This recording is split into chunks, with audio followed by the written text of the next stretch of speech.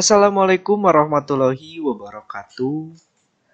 Hari ini kita akan belajar bab 6 sub 2 mengenai sistem pembayaran. Dalam melakukan jual beli, kita tidak lepas dengan yang namanya pembayaran. Untuk mendapatkan barang yang kita inginkan, kita diharuskan membayar. Nah, membayarnya ini dapat dilakukan dengan berbagai cara. Yang pertama, dilakukan secara tunai, dan yang kedua, menggunakan fasilitas yang disediakan oleh bank. Contohnya apa? Yaitu transfer. Nah, cara yang digunakan dalam pembayaran ini namanya adalah sistem pembayaran. Sistem pembayaran, kalau diibaratkan dalam perekonomian, itu seperti aliran darah di dalam tubuh. Artinya apa? Sistem pembayaran ini sangat penting bagi perekonomian suatu negara. Maju atau tidaknya perekonomian suatu negara itu tergantung sistem pembayaran apa yang digunakan di negara tersebut. Oke, sekarang kita coba perdalam lagi apa sih itu sistem pembayaran. Sistem pembayaran merupakan sistem yang berkaitan dengan pemindahan sejumlah nilai uang dari satu pihak ke pihak lainnya, atau bisa diartikan sebagai transfer uang. Begitu. Nah, sistem pembayaran ini melibatkan berbagai lembaga seperti yang pertama ada bank sentral, yang kedua ada bank umum, bisa BRI, BCA, Mandiri, BTN, dan yang lainnya. Terus lembaga keuangan, seperti apa? Seperti dompet digital, ada Dana, OPPO, banyak gitu kan.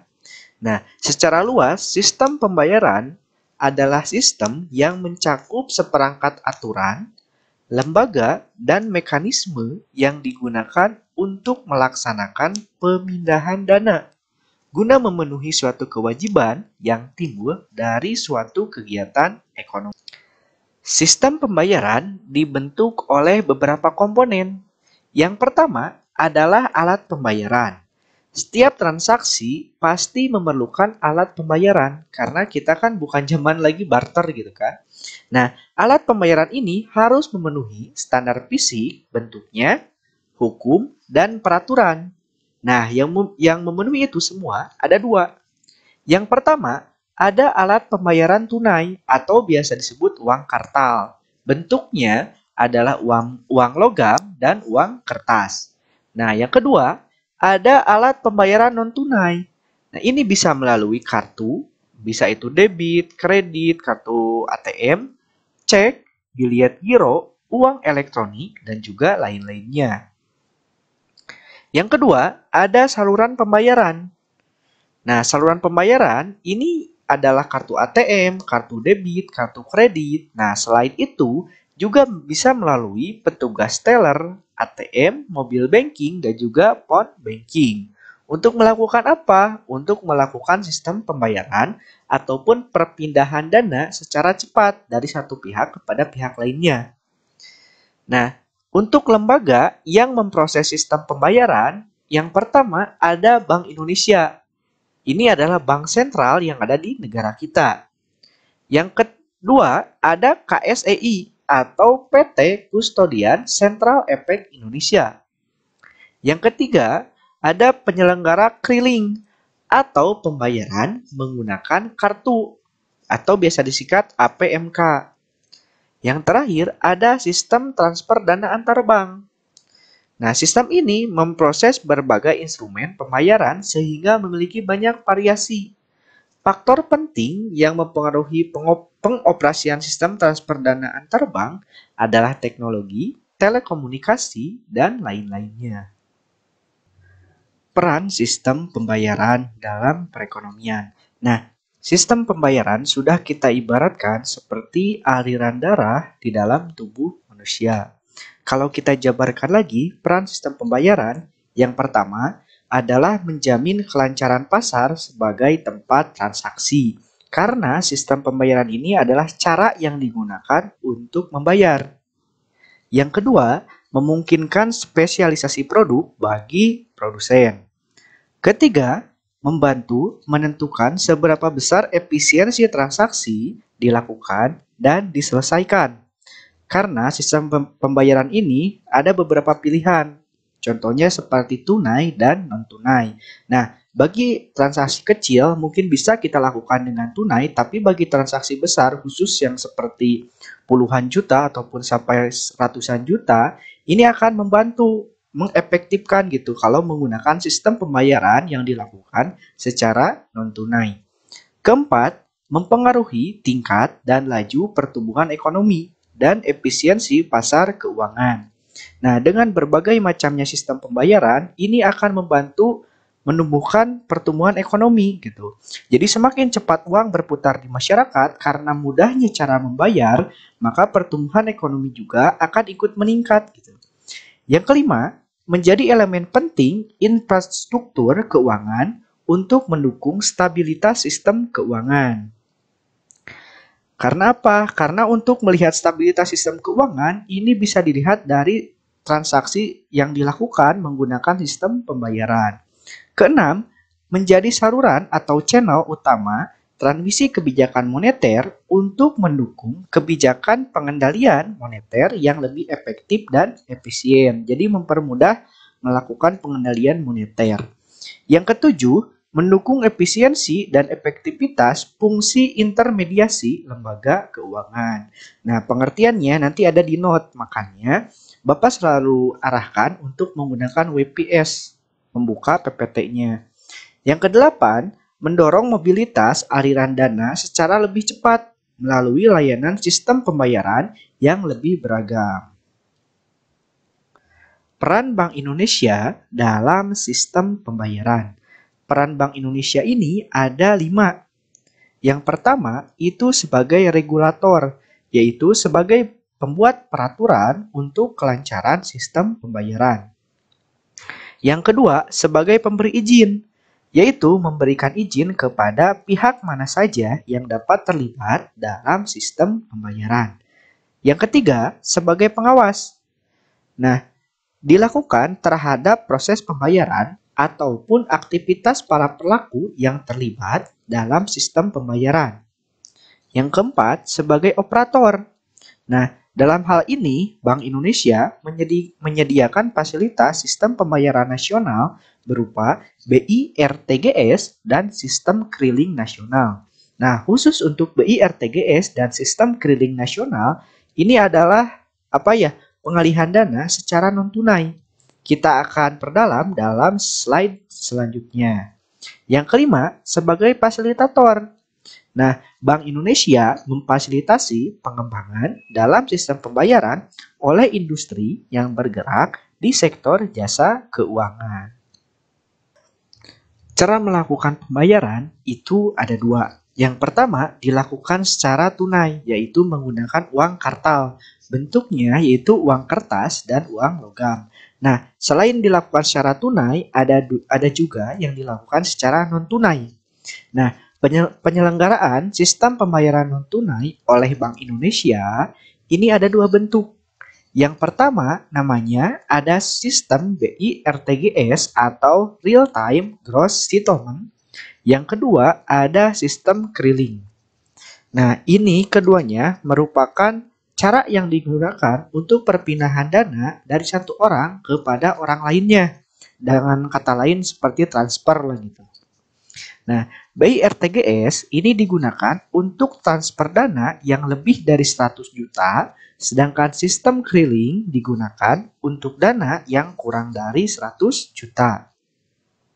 Sistem BI-RTGS atau Real Time Gross Settlement adalah sistem transfer dana elektronik yang penyelesaiannya setiap transaksinya dilakukan dalam waktu seketika. Nah, biasanya transaksinya itu paling lama itu selama 4 jam. BI-RTGS berperan penting dalam aktivitas transaksi pembayaran, khususnya dalam transaksi yang bernilai besar, yaitu lebih dari 100 juta dan bersifat segera. Kan kalau kita transfer biasa itu dibatasi maksimalnya berapa juta. Nah, untuk transfer yang bernilai besar itu menggunakan BI-RTGS. Untuk manfaat BI-RTGS yang pertama, meningkatkan kepastian pembayaran akhir. setiap transaksi pembayaran yang berarti mengurangi resiko penyelesaian akhir. Karena kalau kita melakukan transaksi dalam jumlah besar, bisa saja resikonya yang pertama ada kesalahan dalam hitung uang, yang kedua misalkan bisa hilang di perjalanan. Nah, dengan adanya BI RTGS ini mengurangi resiko penyelesaian akhir. Yang kedua, menjadi sarana transfer dana antar bank yang praktis, cepat, efisien, aman, dan andal. Nah, kalau menggunakan BI RTGS ini dijamin aman gitu, dijamin dananya sampai kepada tujuan. Yang ketiga, meningkatkan efektivitas pengelolaan dana bagi peserta otoritas moneter dan perbankan. Intinya yaitu mempermudah mengelola dana. Yang keempat, menjadi informasi pendukung dalam menjalankan kegiatan operasi moneter dan sistem peringatan dini atau early warning system dalam pengawasan bank. Ini ya early, maaf, salah sebut. Yang kelima, menjadi sarana penyelesaian akhir bagi transaksi pembayaran retail. Retail itu pembayaran besar, meliputi pembukuan hasil keliling yang diselenggarakan oleh Bank Indonesia dan hasil ATM atau kartu kredit atau kartu debit. Yang keenam, menjadi sarana pelimpahan penyelesaian transaksi serah dana dari pedagang sekuritas. Pedagang sekuritas itu pedagang saham, obligasi, reksadana, dan lain-lainnya. Transaksi perdagangan valuta asing antar bank, valuta asing itu uang asing, settlement dana dari operasi moneter atau operasi pasar terbuka, transaksi pembayaran pemerintah, dan transaksi surat berharga. Peran Bank Indonesia dalam sistem BI RTGS. Perannya ada 3. Yang pertama, menyelenggarakan sistem BI RTGS dengan menerapkan prinsip efisien, cepat, aman, dan andal. Yang kedua, memberikan penjelasan kepada peserta mengenai risiko finansial sehubung keikutsertaannya dalam sistem BI RTGS, dan pengelola harus mengelola risiko tersebut. Risikonya apa? Misalkan kan ini transfer dana ya antar bank. Nah, si peserta ini atau si nasabah salah menuliskan nama tujuan ataupun nomor tujuannya, nomor rekening atau nomor apapun. Nah, jika misalkan salah ngirim dan sulit diakses atau tidak bisa diakses uangnya, maka risikonya ditanggung sama si nasabah pengirim tersebut. Yang ketiga, memastikan kepatuhan peserta terhadap ketentuan yang telah ditetapkan, termasuk menerima laporan internal, audit terkait penyelenggaraan BI RTGS oleh peserta. Bank Indonesia sebagai penyelenggara sistem BI RTGS juga menyediakan infrastruktur dan pelayanan kepada peserta atau nasabah. Berupa yang pertama, menyediakan infrastruktur dan fasilitas berupa perangkat keras, aplikasi atau software, jaringan komunikasi data, fasilitas dial-up, dan fasilitas lainnya. Yang kedua, menyediakan help desk untuk membantu peserta ketika menghadapi kesulitan operasional. Yang ketiga, melakukan pelatihan kepada peserta untuk menggunakan BI RTGS. Yang keempat, memiliki prosedur penanganan kondisi gangguan atau darurat dan melakukan uji coba secara berkala dengan melibatkan peserta atau nasabah. Yang kelima, mengadakan pertemuan rutin dengan kelompok pengguna user group. Sedangkan untuk pengertian Sistem Keliling Nasional Bank Indonesia atau biasa disingkat SKNBI adalah sistem transfer dana elektronik yang meliputi keliling debit dan keliling kredit yang penyelesaian transaksinya dilakukan secara nasional. Nah, sistem keliling ini seperti BI RTGS, jadi bisa dilakukan melalui bank umum ataupun lembaga keuangan. Ini contohnya melalui bank umum. Misalkan pengirim ini menggunakan Bank Mandiri dan penerima menggunakan Bank BCA. Nah, pengirim mengirimkan uangnya ke Bank Mandiri untuk dikelilingkan kepada si penerima. Nah, nanti Bank Sentral atau Bank Indonesia akan menjadi perantara. Dikirim melalui Bank Mandiri dan akan dikirim ke Bank BCA dan diteruskan ke penerima.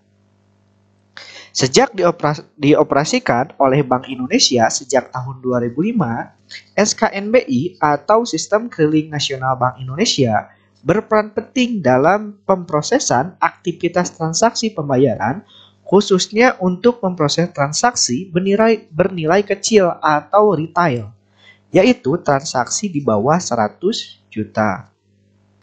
Oke, supaya kita lebih paham, Bapak buat perbedaannya antara sistem keliling dan RTGS, atau tadi kita sebutnya BI RTGS ya. Ini Bapak bentuk dalam tabel.